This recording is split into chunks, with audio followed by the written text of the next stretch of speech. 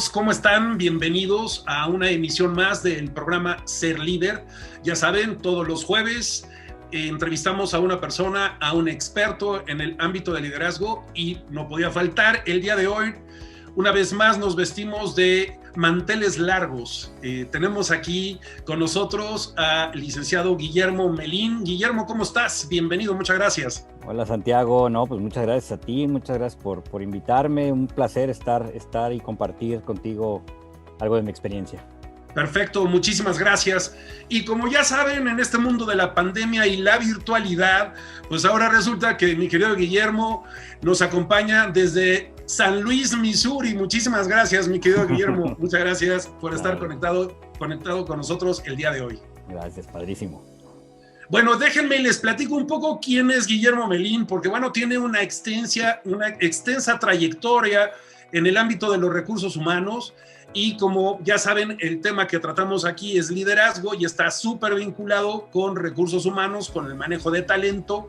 Pues déjenme les platico un poco quién es Guillermo Melín. Él estudió administración de empresas en el TEC de Monterrey, tiene una maestría en la Universidad Carlos III de Madrid en recursos humanos y management. También estudió en la Universidad de Washington en San Luis un programa ejecutivo de liderazgo y desarrollo de liderazgo. Entonces, y bueno, entre otras cosas, también ha estudiado pues Six Sigma y muchas otras aplicaciones que se utilizan en el ámbito organizacional y corporativo y que finalmente pues le suman a las habilidades que requiere hoy un directivo en las diferentes organizaciones. Y bueno, pues empezó hace más de 20 años trabajando en Tostadas Charras corporativo, luego trabajó en Philips Lightning, posteriormente trabajó en Kraft Food en Monterrey, en Praxair en Guadalajara, y luego Praxair, Monterrey y Centroamérica, México. En fin, tiene una amplia trayectoria en el mundo corporativo y luego fue a Bunge, empezó en Bunge, México, encargado, bueno, pues de comunicaciones y de responsabilidad social y director de recursos humanos. Y luego, pues lo invitaron a que se fuera a Norteamérica, a Estados Unidos, a San Luis y que ocupara el cargo de Senior Director en recursos humanos. En fin, veremos a ver cómo te fue con esta experiencia, porque llevas muchos años vinculado al área de talento, de recursos humanos, y justamente, pues la pregunta obligada, mi querido Guillermo, es, ¿en dónde aprendiste a ser líder? Ay, pues es bien interesante. Estuve pensando en eso estos días. Aprendí a ser líder, yo creo que en diferentes facetas de mi vida. He tenido muchas influencias tanto en casa como fuera de casa. Mi madre fue ejecutiva de una empresa transnacional. A nivel local, mi abuelo fue empresario, mi otro abuelo también.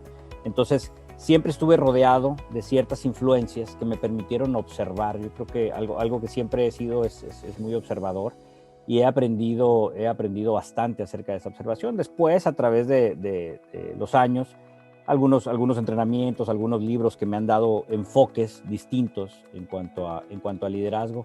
Pero en general, Santiago, mi experiencia en liderazgo se ha establecido y reforzado mucho con la experiencia, ¿no? Con el hacer, con el ser con la gente, con el estar cerca de la gente, entendiendo la contribución que uno hace, no solamente como contribuidor individual, o como líder individual, sino como un líder más holístico hacia una organización, hacia un grupo de gente, teniendo o no gente a tu cargo. Eso es bien importante, ¿no? Porque no solo lideras a través de un equipo que te reporta, sino creas influencia y con esa influencia generas liderazgo, en mi opinión. Y totalmente de acuerdo contigo, porque creo que el ámbito de liderazgo empieza por uno mismo. Entonces, tú eres tu propio líder. Si buscamos las definiciones de liderazgo en libros de management, de leadership o en el propio diccionario, dice todo aquel que supervisa, coordina o dirige a otros. Entonces, ¿no existe el ámbito de liderazgo individual? Sin duda. Yo creo que es el tener esa capacidad de autogestionarte Eso va a permitir que puedas gestionar adecuadamente a otros, tanto personas como recursos.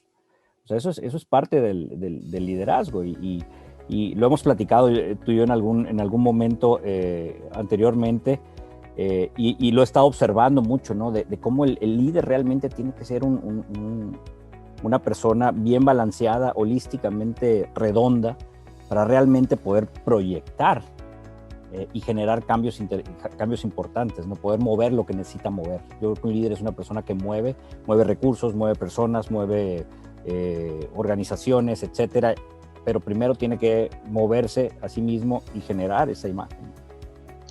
Totalmente de acuerdo contigo. Y fíjate, ahora pues ustedes no están para saberlo ni yo para contárselo, pero Guillermo se está formando como coach y entonces el tema aquí, y también lo hablamos en algún momento, es el cómo podemos identificar cuáles de estas habilidades psicosociales emocionales que son el fundamento de las competencias básicas, competencias para la vida, las requerimos antes de pensar en hablar de liderazgo individual o de liderazgo colectivo. Y yo usualmente pregunto, y tú lo harás también en tus procesos de coaching con muchos directores y CEOs de organizaciones, y es, ¿qué de lo que aprendiste en la universidad aplicas en tu día a día? Uy, yo creo que es muy poco. En la universidad tengo la idea de que aprendes a aprender. Aprendes una serie de conocimientos. Yo fui realmente en la universidad fui un estudiante promedio, pero me aseguré de estar enterado de lo que sucedía. Hacia el final, yo creo que las materias básicas y de tronco común te enseñan como decimos acá, a machetear, te enseñan a aprender las cosas de manera muy, muy cuadrada, pero realmente muchas veces no te enseñan a pensar. Entonces, para mí la universidad todavía deja mucho que desear, o todavía me quedó debiendo en ciertas cuestiones, ¿no? Platicando con algunas personas a lo largo de mi carrera, hablaban de que, por ejemplo, platicaba algún día con un headhunter, ahora experto en desarrollo, me decía, si tú hubieras tenido buenos maestros de química, hubieras sido ingeniero químico. Y cuando trabajé en industria química me di cuenta que es una de las carreras más completas que existen, pero definitivamente tienes que tener un estímulo por parte de los maestros realmente para que saquen lo mejor de ti. Sin duda tuve muy buenos maestros, te puedo decir hacia el final de mi carrera, que es cuando veíamos temas más soft, más tópicos, más enfocados precisamente al liderazgo. Tuve un gran maestro que me dio una inmersión al liderazgo situacional, que me dio una inmersión a la inteligencia emocional, y eso para mí me abrió muchísimo la inquietud de hacer lo que hago hoy. Pero hacia atrás creo que, bueno, aprendí algunas herramientas, pero creo que me quedó a deber al final del día la universidad. Creo que he aprendido más cosas con la experiencia que sin duda en la academia. Y aquí hay un tema que lo he mencionado en capítulos anteriores, y es, yo no conozco a ningún académico que se haya vuelto empresario, y sí conozco a varios empresarios que nos hemos vuelto académicos, justo porque es, oigan, por favor, esto que nos están enseñando allá afuera no sirve o no funciona, o nada más cumple con un porcentaje, un 50%, pero el otro 50%, que son las competencias básicas, psicosociales, emocionales, de liderazgo y management, no nos las están enseñando. Y entonces aprendemos sobre la marcha, y echando a perder se aprende. Entonces, yo te pregunto, Guillermo, ¿cuál ha sido tu mayor reto como líder de líderes? El mayor reto como líder de líderes ha sido el ayudarles, fíjate, esto es bien interesante, a perder el miedo de hablar con sus equipos, de hablar con su gente.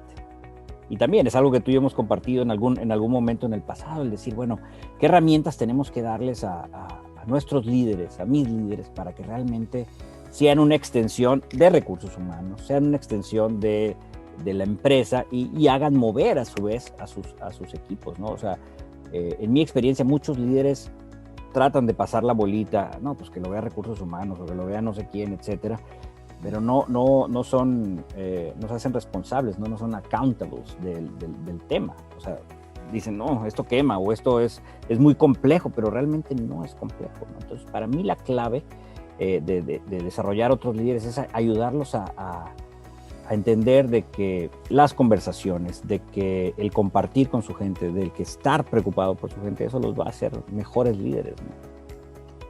Y a su vez estar preocupados de la organización como un todo, no solamente como mi área, ¿no? Yo soy responsable de hablar hacia toda la organización, de sentirme dueño de una organización, y al sentirme dueño de una organización voy a ser capaz de mover mejor los recursos, de tomar mejores decisiones, de mover más tanto recursos como personas, ¿no? ¿Con cuántos directores te has encontrado que resisten o que no consideran que es su responsabilidad formar a su gente? Muchísimos. Y afortunadamente he tenido también tanto líderes que me lideran a mí o mis jefes, que han sido muy buenos en dejarme implementar algunas cosas, y he tenido otros líderes, no voy a decir que son malos, pero también me han dejado enseñanzas de lo que no se debe hacer. El líder y el antilíder. Sin duda, pero te puedo decir que un gran porcentaje de estos líderes son los que se resisten a este tema, ¿no? Y afortunadamente he tenido la oportunidad de, con los equipos, con líderes, etcétera, trabajar en desarrollar diferentes esquemas de desarrollo de líderes. Tú hacia adentro de una organización, pues al líder, ¿qué le puedes enseñar? O a las personas, ¿qué les puedes enseñar? Les enseñas pues un paquete de reglas, un paquete de normas de lo que para la organización es importante. Muchos me dicen, oye, es que quiero ir a tomar un curso de liderazgo a X, Y o Z universidad, pero les digo, no, lo que necesitas es empezar a involucrarte con tus equipos, empezar a involucrarte con la organización. Es importante tener los conocimientos teóricos, pero lo más importante, desde mi punto de vista, para desarrollar a un líder organizacional, es aventarlo a la piscina y que empiece a nadar, ¿verdad? Que empiece a involucrarse, que empiece a hacer, y tú le vas dando en el camino herramientas, le vas dando feedback, le vas haciendo evaluaciones, vas haciendo que su jefe le dé retroalimentación y vas trabajando con ellos, ¿no? Y vas cerrando esas brechas que existen. Y pues evidentemente hay muchas herramientas muy buenas como 360, etcétera, hablar con sus equipos y darles retroalimentación, y ellos van viendo los beneficios, ¿no? En mi experiencia, en los últimos 10 años, he tenido muy buenas experiencias en desarrollo de liderazgo a través de ese tipo de herramientas y casos y experiencias con estos líderes, ¿no? Y ahí siguen, ¿no? Muchos de ellos con mucho éxito. Hace un par de años el CEO de Great Place to Work publicó un libro y dentro del libro hace una observación muy fuerte que dice que más del 90% de los directores y middle managers o gerentes que conoce son pésimos líderes. ¿Estarías de acuerdo con esa observación? Sin duda.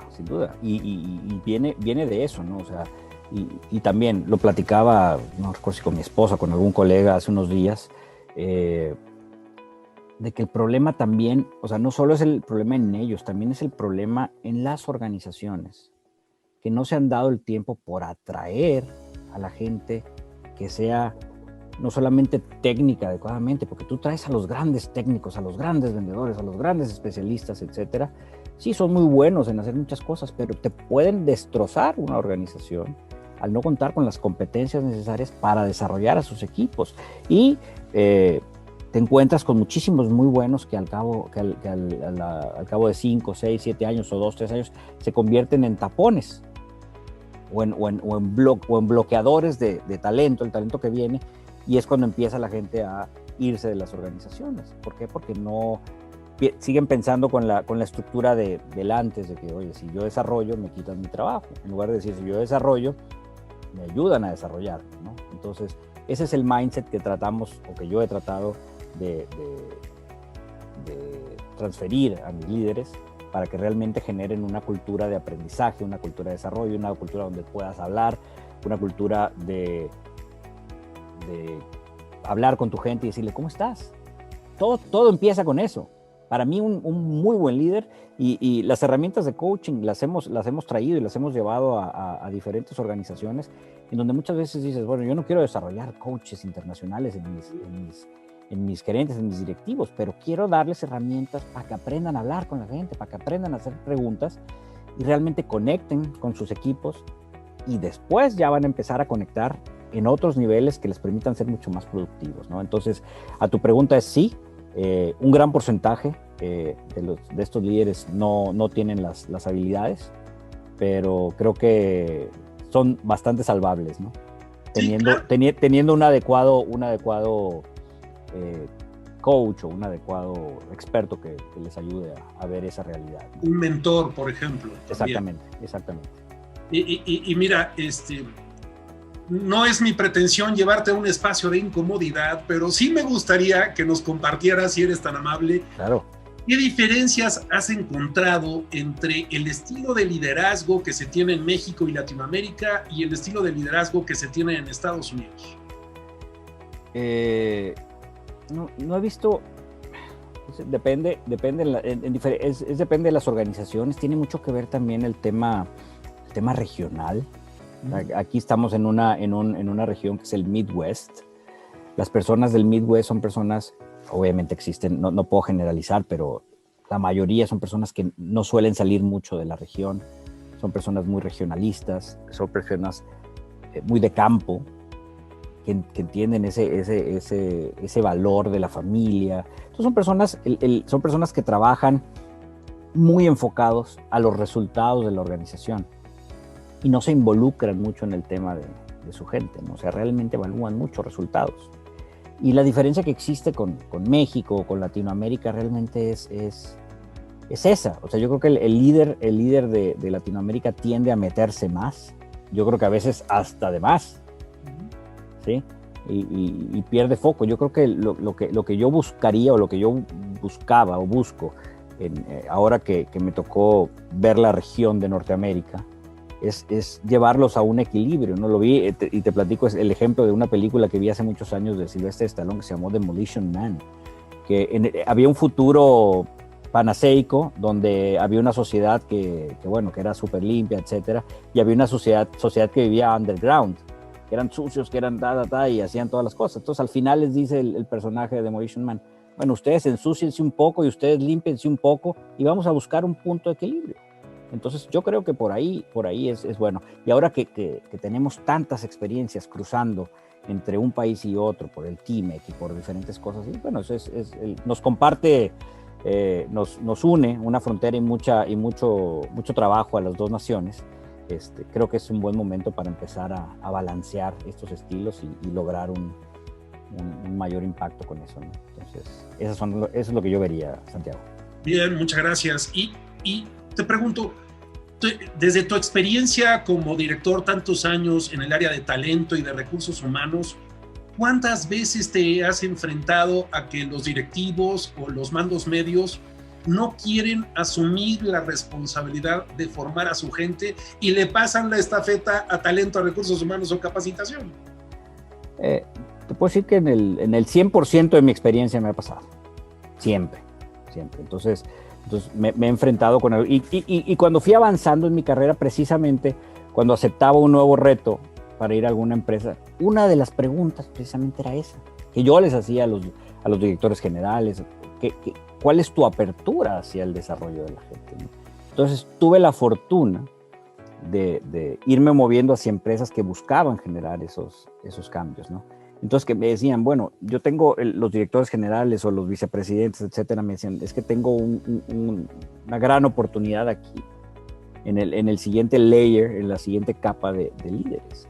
¿Por qué? Porque están tan enfocados en la parte técnica que no voltean a ver acá y culpan y convierten a recursos humanos o talento en el chivo expiatorio, siempre lo ha sido, ¿no?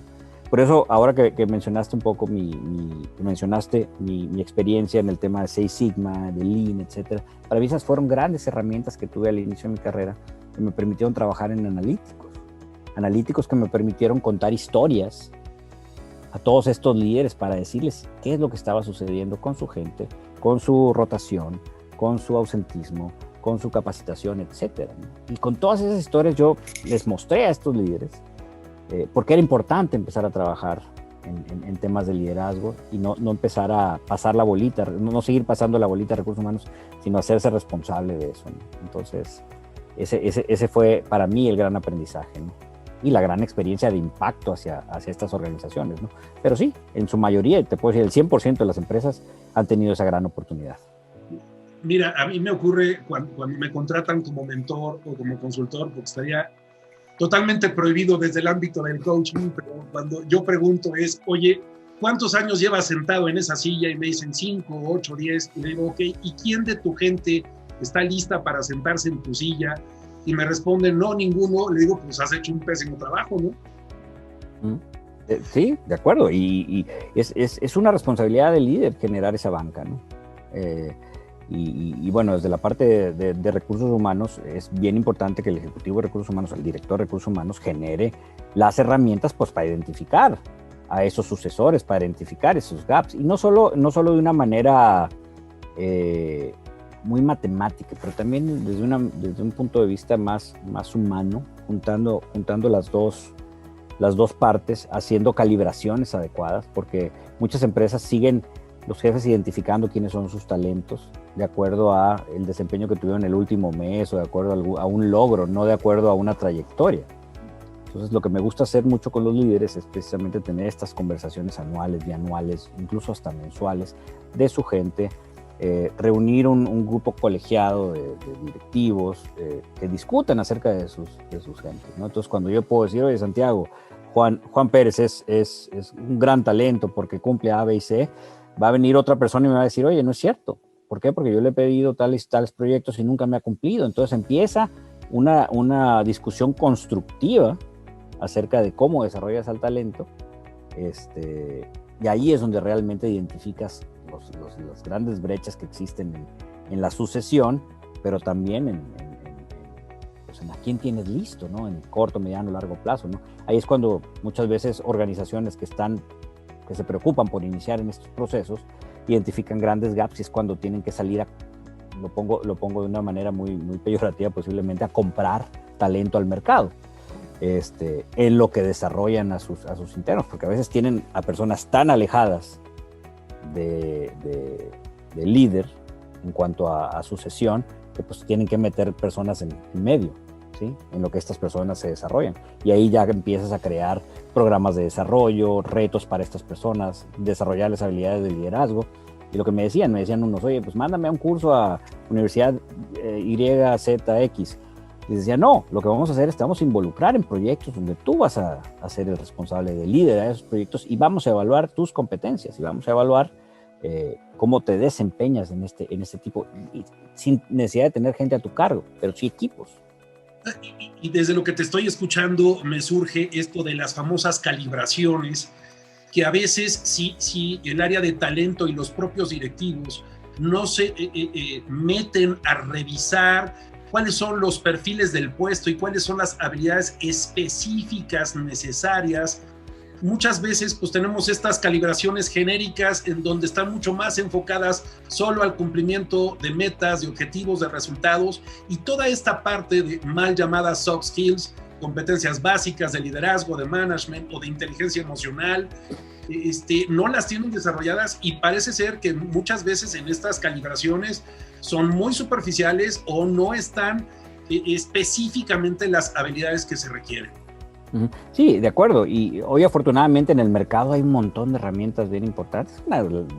La más básica y sin afán de hacer un comercial, pero está el 9box de Dominger con Ferry, ¿no? Ahora. Esa es una herramienta muy valiosa que te da las descripciones con puntos y comas de qué características tiene que tener cada una de las personas. Tú estableces un programa de evaluación de desempeño anual y ahí tienes la parte de performance, la parte de desempeño, y la parte de potencial es una parte un poco más subjetiva, pero aún así tú puedes ir desarrollando niveles para que te vaya dando esa profundidad en la tabla con descripciones muy específicas. Oye, cuando no tiene potencial es una persona que no se involucra, cuando tiene un poco de potencial medio es una persona que va más allá, que pregunta, que se involucra en proyectos, y cuando está acá es una persona que cumple sistemáticamente, etcétera, etcétera, etcétera, ¿no? Entonces tú puedes tener una serie de discusiones ya con todas estas características para quitarle esa subjetividad precisamente, ¿no? Entonces, incluso tú las puedes construir como organización, no necesitas ir a comprar a una gran consultora estas herramientas, las puedes construir, pero pues tienes que tener la historia adecuada, ¿no?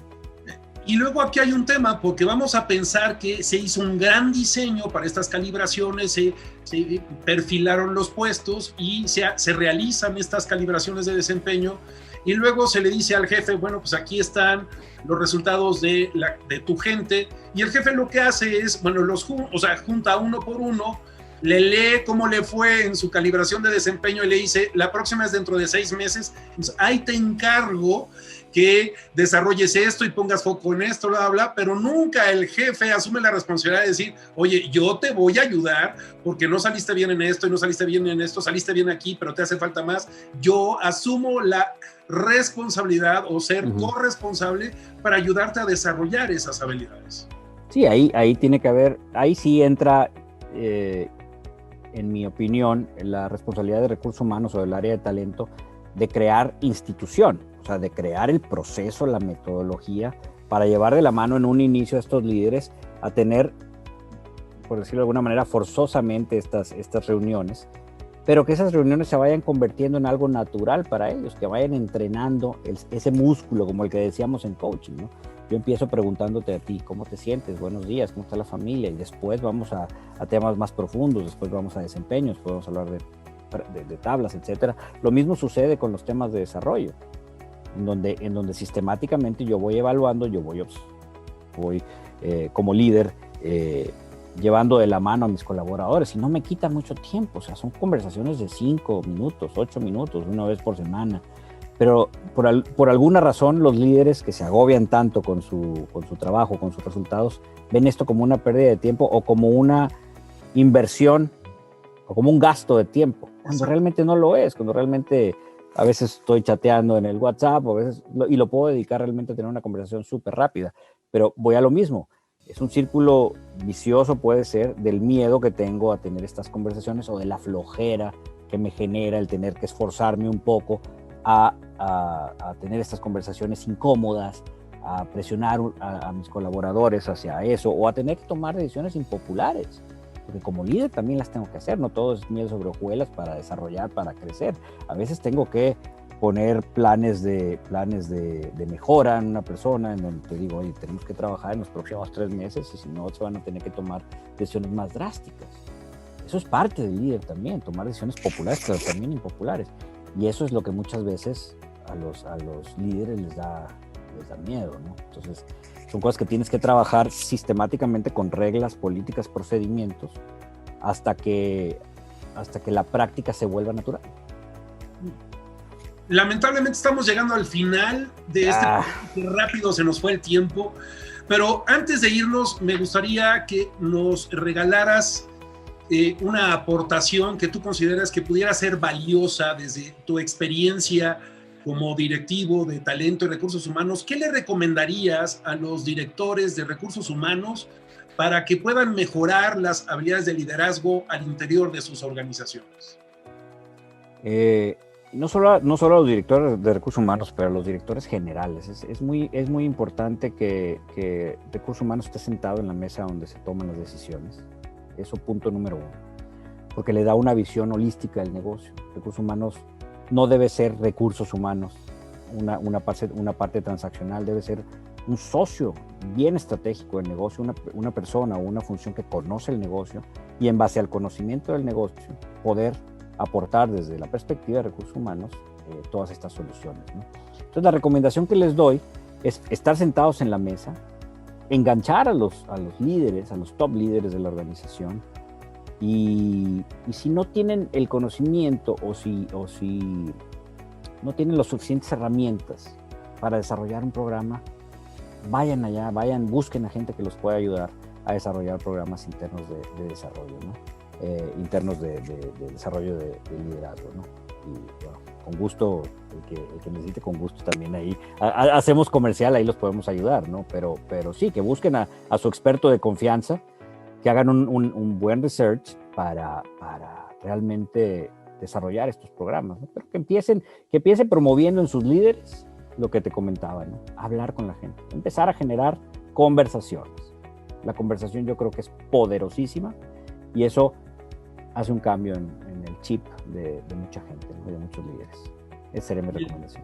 Muchísimas gracias, mi querido Guillermo. Se nos fue el tiempo rapidísimo. Un verdadero placer conversar contigo. Y bueno, pues nos veremos en fecha próxima. Queridos amigos, ojalá ya hayan disfrutado este programa y Los esperamos como todos los jueves a las 21 horas en una emisión más de este programa Ser Líder. Muchísimas gracias, Guillermo, y nos vemos pronto. Gracias, Santiago, un placer.